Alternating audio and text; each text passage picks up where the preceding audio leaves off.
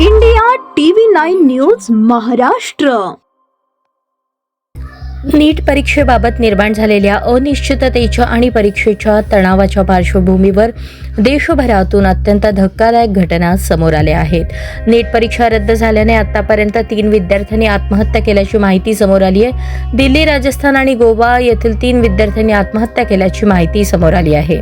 दिल्लीतील आदर्श नगर परिसरात राहणाऱ्या 21 वर्षीय तरुणीने आत्महत्या केली, तर राजस्थानातील सीकर येथील प्रदीप मेघवाल या विद्यार्थ्याने टोकाचे पाऊल उचलल्याची घटना घडली आहे. याशिवाय गोव्यातील एका विद्यार्थ्यानेही आत्महत्या केल्याचे समोर आले आहे. या घटनांमुळे नीट परीक्षेच्या तणावाच्या विद्यार्थ्यांवरती किती गंभीर परिणाम होत आहे याबाबत चिंता व्यक्त केली जात आहे.